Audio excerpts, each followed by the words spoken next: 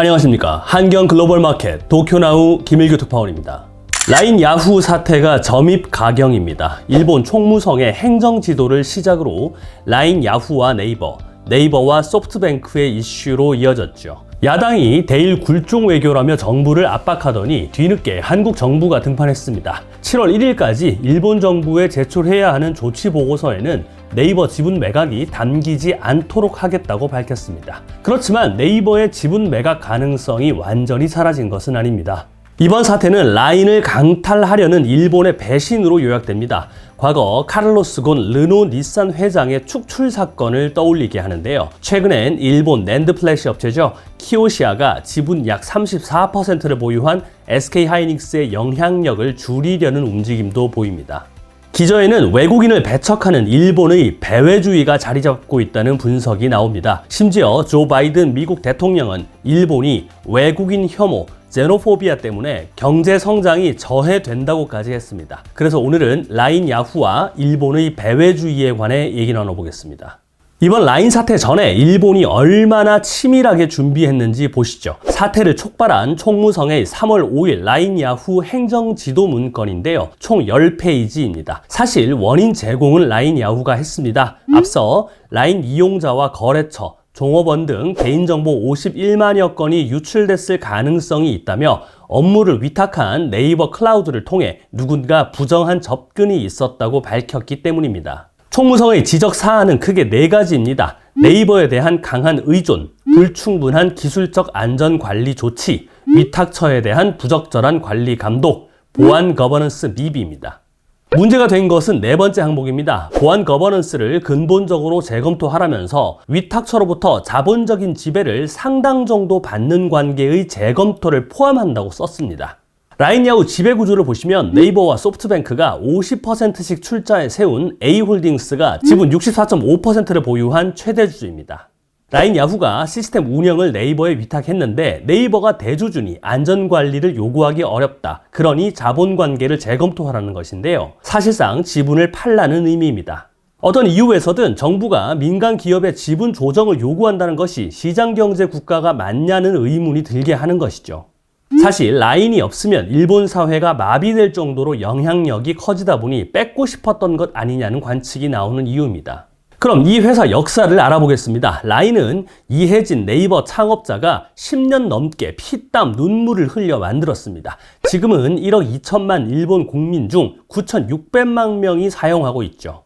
이해진 창업자는 2019년 한 심포지엄에서 이렇게 말을 합니다. 가장 힘들었던 것은 일본에서 대지진이 났을 때였다. 사업을 계속해야 하는지 직원들을 철수해야 하는지 고민했다. 결정을 내려야 하는 순간인데 그 압박감에 펑펑 울었다. 결국 같이 갔던 팀하고 얘기해서 반은 돌아갔고 반은 남았다. 남은 사람들이 만든 게 라인이었다. 드라마틱하고 믿어지지 않는 결과였다고 말입니다. 이후 라인은 일본 사업을 확장합니다. 간편결제 서비스 라인페이로 승부를 걸었는데요. 경쟁사인 소프트뱅크의 페이페이와 시장 주도권을 잡기 위해 출혈 경쟁을 벌였습니다. 그러다 이해진 창업자와 손정희 소프트뱅크 회장이 손을 잡았습니다. 싸우지 말고 차라리 힘을 합쳐 미국, 중국의 대형 플랫폼에 대항해 아시아 최고의 인공지능 기술 기업이 되자는 것이 목표였습니다. 그렇게 2019년에 일본 최대 메신저인 네이버 라인과 일본 1위 인터넷 포털인 소프트뱅크의 야후 재팬이 합쳐 탄생한 것이 라인 야후입니다. 그러면서 경영은 소프트뱅크가, 개발은 네이버가 맡기로 했었습니다. 그러다 작년 개인정보 유출 사건이 터지면서 문제가 됐습니다. 총무성의 행정지도 이후 한국에서 여론이 격화하기 시작합니다. 라인을 뺏어가려는 것 아니냐는 지적이 나옵니다. 그러니까 이제 일본이 황당한 주장을 하기 시작합니다. 자본관계 재검토라는 표현이 있기는 하지만 지분을 매각하라는 표현은 전혀 없다고 설명합니다. 그 말 자체가 틀린 말은 아닙니다. 여기서 일본이 자본관계 재검토라는 표현을 얼마나 고심해서 만든 말인지 드러납니다. 빠져나갈 구멍을 만든 것이죠. 일본인은 속마음인 혼내와 겉으로 밝히는 다테마에가 다르다는 얘기가 있습니다. 혼내는 지분을 팔라는 건데 다테마에는 자본관계 재조정으로 표현한 것이죠. 사실 2019년 일본이 수출 규제를 단행할 때도 비슷했습니다. 당시 일본은 한국의 무역 관리에 문제가 있다며 반도체 등 3대 핵심 소재 품목에 대한 수출 규제를 시작했죠. 실제로는 한국 대법원의 강제징용 손해배상 판결에 대한 경제 보복 조치였습니다.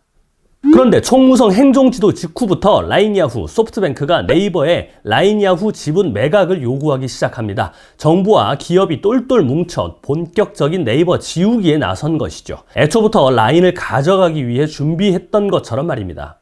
지난 8일 라인야후는 결산 발표에서 기존 7명으로 구성된 이사회 멤버 중 네이버 출신으로 유일한 한국인이었던 신중호 최고 제품 책임자가 이사회에서 빠진다고 밝혔습니다. 이사회를 모두 일본인으로 채우겠다는 것이죠. 이 신중호 CPO는 이혜진 창업자와 함께 라인의 아버지로 불리던 사람입니다.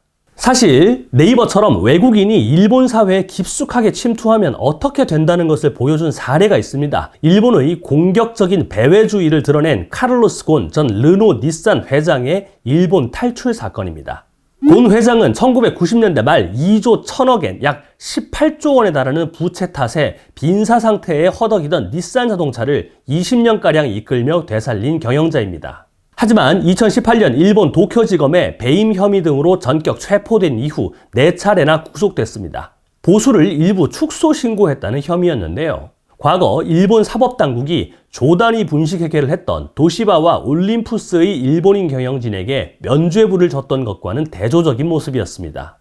곤 회장이 축출된 것은 메이드 인 재팬이라는 뜻도 지닌 일본의 대표기업 닛산의 최고위직에 올라 품질 결함 등 일본인이 감추고자 했던 문제점을 직시했던 것이 원인이라는 시각이 있습니다. 여기에 그가 르노와 닛산을 통합하려고 하자 일본이 제거에 나섰다는 해석이 많습니다.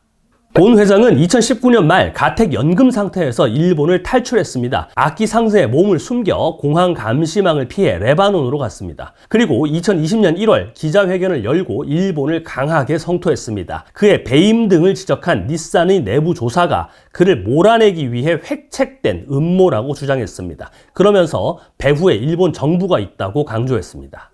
최근 일본 기업과 지분이 얽혀있는 SK하이닉스도 다시 주목받고 있습니다. SK하이닉스는 일본 낸드 플래시 업체 키오시아 지분 약 34%를 간접 보유하고 있는데요. 키오시아는 미국 웨스턴 디지털과 경영을 통합하는 방안을 조율 중입니다. 통합 후 상장도 추진하겠다는데요. 이후 SK하이닉스를 밀어내려고 할 수도 있다는 관측이 나옵니다. 그래서 SK하이닉스는 현재 키오시아와 웨스턴 디지털의 통합을 반대하고 있습니다. 이게 전부 우연의 일치일까요?